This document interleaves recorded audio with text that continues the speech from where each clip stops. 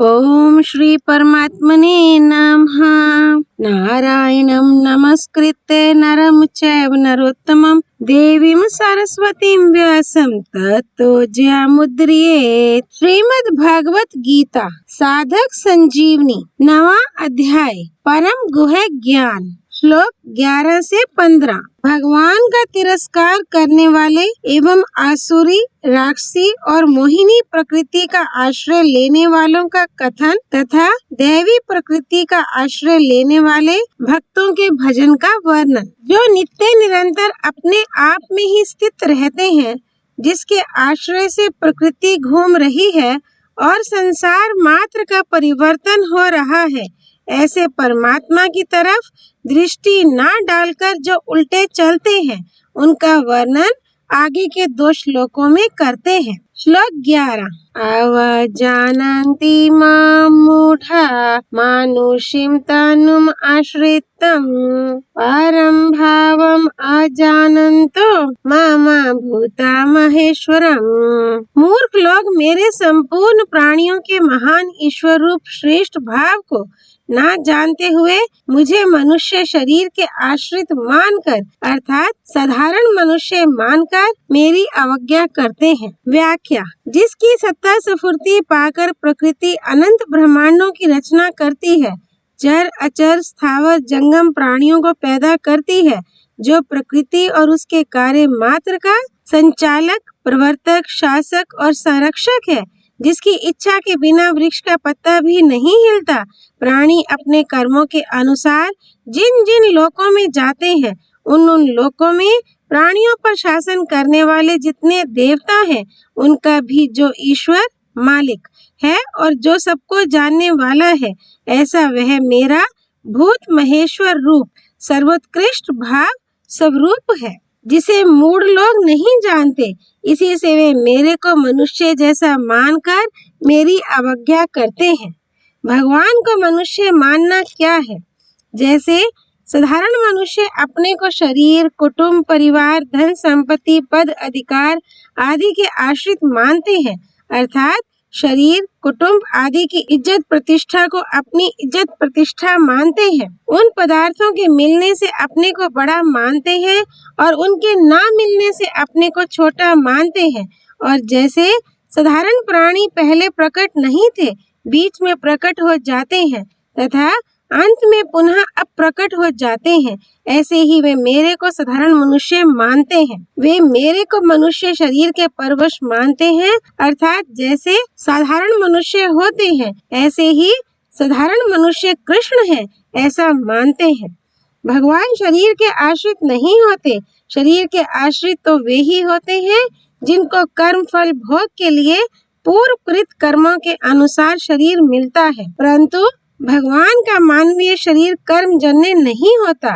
वे अपनी इच्छा से ही प्रकट होते हैं और स्वतंत्रता पूर्वक मत्स्य, कच्छप, वराह आदि अवतार लेते हैं। इसलिए उनको ना तो कर्म बंधन होता है और ना वे शरीर के आश्रित होते हैं, प्रत्युत शरीर उनके आश्रित होता है। वे प्रकृति को अधिकृत करके प्रकट होते हैं। तात्पर्य ये हुआ कि सामान्य प्राणी तो प्रकृति के परवश होकर जन्म लेते हैं तथा प्रकृति के आश्रित होकर ही कर्म करते हैं, पर भगवान स्वेच्छा से, स्वतंत्रता से अवतार लेते हैं और प्रकृति भी उनकी अध्यक्षता में काम करती है। मूढ़ लोग मेरे अवतार के तत्व को न जानकर उत्पत्ति विनाशील पदार्थों को ही सत्य मानकर उनका संग्रह करने और भोग भोगने में ही लगे रहते हैं। यही मेरी अवज्ञा, अवहेलना करना है। अब भगवान आगे के श्लोक में अपनी अवज्ञा का फल बताते हैं। श्लोक 12। मोघ शाप मोघ कर्मणो मोघ ज्ञान विचित्सः राक्षसीम आसुरीम चैव प्रकृतिम मोहिनीम श्रितः। जो आसुरी, राक्षसी और मोहिनी प्रकृति का ही आश्रय लेते हैं, ऐसे अविवेकी मनुष्यों की सब आशाएं व्यर्थ होती हैं, सब शुभ कर्म व्यर्थ होते हैं और सब ज्ञान व्यर्थ होते हैं, अर्थात उनकी आशाएं, कर्म और ज्ञान समझ सत फल देने वाले नहीं होते। व्याख्या। जो लोग भगवान से विमुख होते हैं, वे सांसारिक भोग चाहते हैं, स्वर्ग चाहते हैं, तो उनकी ये सब कामनाएं व्यर्थ ही होती हैं, कारण कि नाशवान और परिवर्तनशील वस्तु की कामना पूरी होगी ही, ये कोई नियम नहीं है। अगर कभी पूरी हो भी जाए तो वह टिकेगी नहीं, अर्थात फल देकर नष्ट हो जाएगी। भगवान से विमुख हुए मनुष्य शास्त्र विहित कितने ही शुभ कर्म करें, पर अंत में वे सभी व्यर्थ हो जाएंगे, कारण कि मनुष्य अगर सकाम भाव से शास्त्र विहित यज्ञ, दान आदि कर्म भी करेंगे तो भी उन कर्मों का आदि और अंत होगा और उनके फल का भी आदि और अंत होगा। वे उन कर्मों के फल स्वरूप ऊंचे ऊंचे लोकों में भी चले जाएंगे तो भी वहां से उनको फिर जन्म मरण में आना ही पड़ेगा। इसलिए उन्होंने कर्म करके केवल अपना समय बर्बाद किया, अपनी बुद्धि बर्बाद की और मिला कुछ नहीं।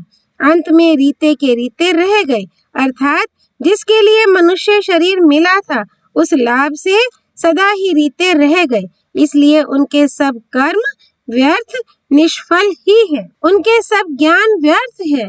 भगवान से विमुख होकर संसार की सब भाषाएं सीख ली, सब लिपियां सीख ली, तरह तरह की कलाएं सीख ली, तरह तरह की विद्याओं का ज्ञान प्राप्त कर लिया, कई तरह के आविष्कार कर लिए, अनंत प्रकार के ज्ञान प्राप्त कर लिए, पर इससे उनका कल्याण नहीं होगा, जन्म मरण नहीं छूटेगा।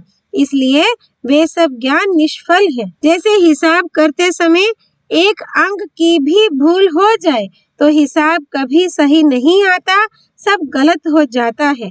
ऐसे ही जो भगवान से विमुख हो गए हैं वे कुछ भी ज्ञान संपादन करें वह सब गलत होगा और पतन की तरफ ही ले जाएगा। जो शास्त्र विहित कर्म अनुकूल परिस्थिति प्राप्त करने की इच्छा से सकाम भाव पूर्वक किए जाते हैं वे ही कर्म व्यर्थ होते हैं, अर्थात सत्फल देने वाले नहीं होते। परंतु जो कर्म भगवान के लिए, भगवान की प्रसन्नता के लिए किए जाते हैं और जो कर्म भगवान के अर्पण किए जाते हैं वे कर्म निष्फल नहीं होते, अर्थात नाशवान फल देने वाले नहीं होते, प्रत्युत सत्फल देने वाले हो जाते हैं। जो मनुष्य अपना स्वार्थ सिद्ध करने में, अपनी कामना पूर्ति करने में, अपने प्राणों का पोषण करने में ही लगे रहते हैं, दूसरों को कितना दुख हो रहा है, दूसरों का कितना नुकसान हो रहा है, इसकी परवाह ही नहीं करते, वे आसुरी स्वभाव वाले होते हैं। जिनके स्वार्थ में, कामना पूर्ति में बाधा लग जाती है उनको गुस्सा आ जाता है और गुस्से में आकर वे अपना स्वार्थ सिद्ध करने के लिए दूसरों का नुकसान कर देते हैं, दूसरों का नाश कर देते हैं। वे राक्षसी स्वभाव वाले होते हैं, जिसमें अपना न स्वार्थ है, न परमार्थ है और न वैर है, फिर भी बिना किसी कारण के जो दूसरों का नुकसान कर देते हैं, दूसरों को कष्ट देते हैं। जैसे उड़ते हुए पक्षी को गोली मार दी, सोते हुए कुत्ते को लाठी मार दी और फिर राजी हो गए, वे मोहिनी स्वभाव वाले होते हैं। परमात्मा से विमुख होकर केवल अपने प्राणों को रखने की, अर्थात सुख पूर्वक जीने की जो इच्छा होती है वह आसुरी प्रकृति है। 3 प्रकार की प्रकृतियों आसुरी, राक्षसी और मोहिनी के मूल में आसुरी प्रकृति ही है। आसुरी संपत्ति ही सबका मूल है। कामना की प्रधानता होने से आसुरी प्रकृति आती है। जहाँ कामना की प्रधानता होती है वहाँ राक्षसी प्रकृति, क्रोध आ ही जाता है, और जहाँ क्रोध आता है वहाँ मोहिनी प्रकृति, मोह आ ही जाता है। यह समोह लोभ से भी होता है और मूर्खता से भी होता है। भगवान के प्रभाव को जानकर भजन करने वालों का वर्णन आगे के श्लोक में करते हैं। श्लोक 13। महात्मानस्तु मां पार्थ दैवीं प्रकृतिम् आश्रितः भजन्त्य अनन्या मानसो ज्ञात्वा भूतादिम् अव्ययम्। परंतु हे पृथानंदन, देवी प्रकृति के आश्रित अनन्य मन वाले महात्मा लोग मुझे संपूर्ण प्राणियों का आदि और अविनाशी समझकर मेरा भजन करते हैं। व्याख्या। दैवी संपत्ति में देव नाम परमात्मा का है और परमात्मा की संपत्ति दैवी संपत्ति कहलाती है। परमात्मा सत्य है, अतः परमात्मा की प्राप्ति कराने वाले जितने गुण और आचरण है उनके साथ सत्य शब्द लगता है, अर्थात वे सद्गुण और सदाचार कहलाते हैं।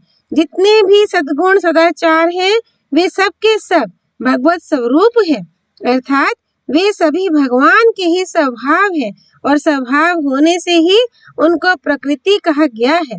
इसलिए दैवी प्रकृति का आश्रय लेना भी भगवान का ही आश्रय लेना है। कोई दैवी संपत्ति के गुणों का आश्रय ले या ना ले, यह तो मनुष्यों पर निर्भर है, परंतु जो इनका आश्रय लेकर परमात्मा की तरफ चलते हैं वे अपना कल्याण कर लेते हैं। जब मनुष्य दैवी गुणों को अपने बल के द्वारा उपार्जित मानता है और मैं सत्य बोलता हूँ, दूसरे सत्य नहीं बोलते, इस तरह दूसरों की अपेक्षा अपने में विशेषता मानता है, तब उसमें इन गुणों का अभिमान पैदा हो जाता है।